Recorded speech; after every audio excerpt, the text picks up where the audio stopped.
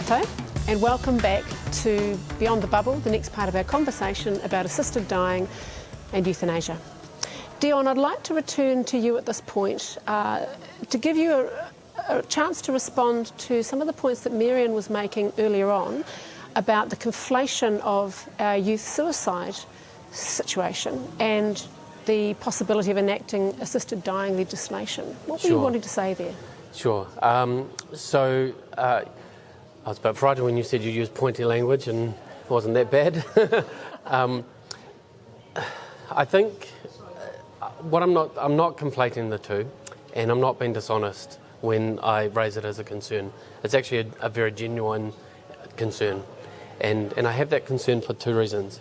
One is every change that we make in legislation has the potential to have other changes as well. So it is correct that it's not a legislation for youth suicide, and it's not intended to have an effect. But the question is, will it have an effect, and how do we know it won't?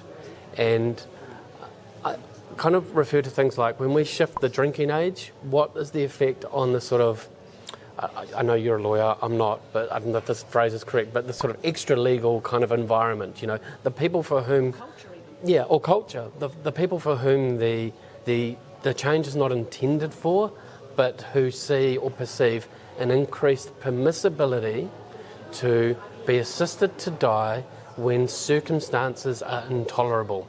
Now, lots of teenagers feel like that lots of times. And so my question is, when we shift the needle on the permissibility of assisting people to die, and let's not forget that this is a huge cultural change around the direction of medical care, what does that do to a group of people who might consider that as a solution to their problems? So that's one part of that. And I don't think anyone can answer that question clearly at the moment. The other part of it is actually young people who do have very, very difficult, insufferable medical conditions. And I think of my own clients who have taken their life as a result of their intolerable suffering with schizophrenia and other mental illnesses. And then as a nurse, how do I then become a person who's holding the hope for someone that they can move through their illness and exist with their illness, as opposed to a person who can now kind of be part of a system that offers another option. And this is quite similar, I think, to some of the points that you've raised as well, Wendy, about the creation of a culture in which disabled lives may be considered to be more easily endable. Already, parts of how disabled people live our lives is disvalued. There's a talk about dignity which is generally conflated with I can't wipe my own bum, I can't feed myself. And there are disabled people leading good lives with support to do that sort of thing. Now, when we find that parts of our lives that we see as leading good lives in the community, just like everybody else, when that is seen as grounds for being killed, that is no choice at all. Marion, your response? Yeah, lots of things to say about all of those points, perhaps in reverse order. Sure. The whole point of the legislation is that it is a choice. Nothing about it is compulsory. And so the people who are making these choices are surrounded by regulations. If this bill were to become law, would be surrounded by regulations and a regulatory environment that allows quite a lot of scrutiny. Now, if we simply talk about those examples you've given of personal cares that might be considered a loss of dignity for some, it is for the patient to determine whether that is a loss of dignity.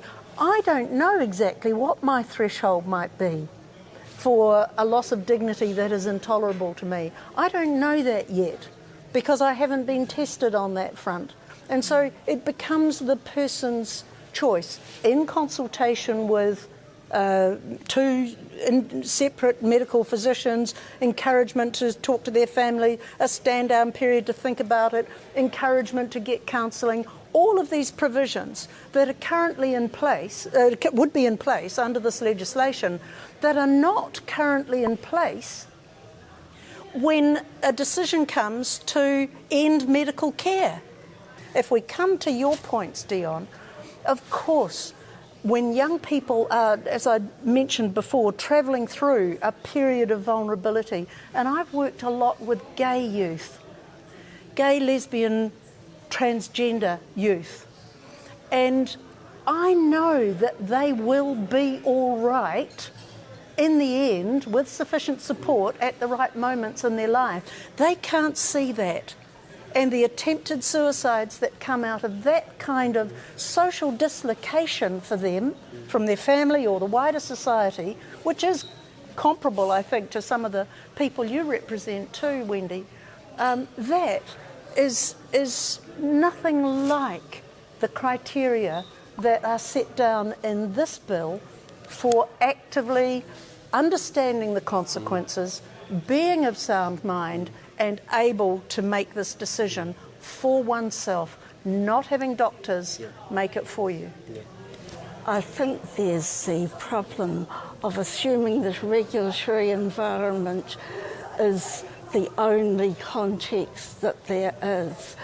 Choice is always much broader than that. And if you have a toxic society where all the messages are about the lesser value of your disabled life, tell me again how it is that I will be encouraged to make a free and unbounded choice in a regulatory environment, well supported by doctors, by lawyers, by all sorts of people who have, in the context of society, already imbibed these toxic messages. Because the legislation is permissive, not compulsory. And it provides a regulatory environment for permission, an opportunity to make a choice, not to make the same choice as somebody else, not to make a choice if you don't want to make it, and it simply sits there as an end of life choice. So no, choice is not it's not nice, simple, clean and clinical like you are saying it will be. Some people have less choices. Some people are on the margins, and some people will never get the kind of choices that are more to do with privilege for some than actual real choices.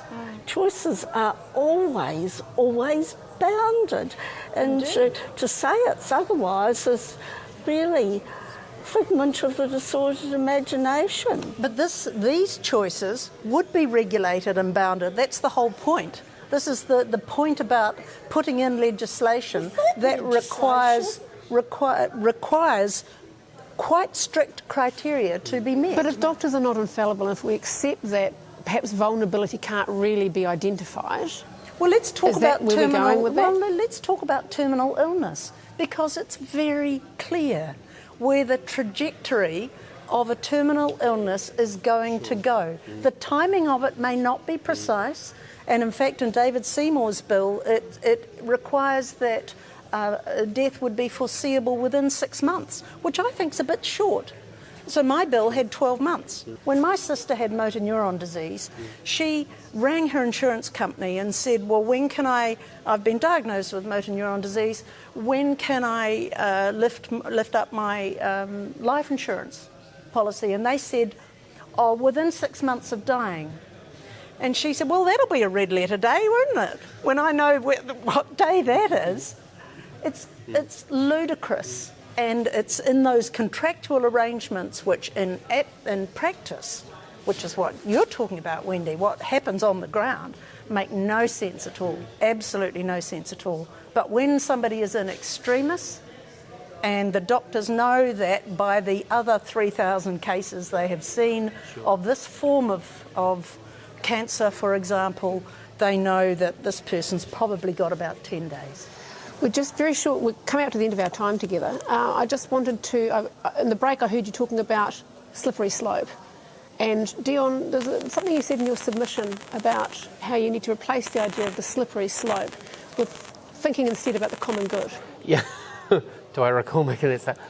I actually don't think I do, but I am aware that some of my arguments have been accused of being slippery slope arguments, and I think that's I mean, that's just a tool to dismiss arguments rather than answering them sometimes. And there's some, Scotland has made a decision about this because it works against their suicide policy, and I think we need to eliminate. Before we proceed with a legislation like this, there are a number of things that we haven't really addressed. And Marion, recently I read in the paper a statement that you made about hospice care being inadequate in New Zealand and not everywhere, and not universally accessible, not universally, and not universally of a high standard. That's right, absolutely. Let's improve that. That's right. And I would say let's improve that first, you see. Before we turn to this as a solution, let's exhaust the other ones that we have in front of us. And I think it's it probably doesn't answer the thing about the slippery slope, but I think it does answer questions around whether or not we have exhausted every avenue, really. We're going to have to leave it there, I'm afraid. We've run out of time for today, but I just wanted to say a big thank you for coming along to share your kōrero today. Ka nui tonu hiki a koutou katoa. And that's it from Beyond the Bubble for today. Kia ora.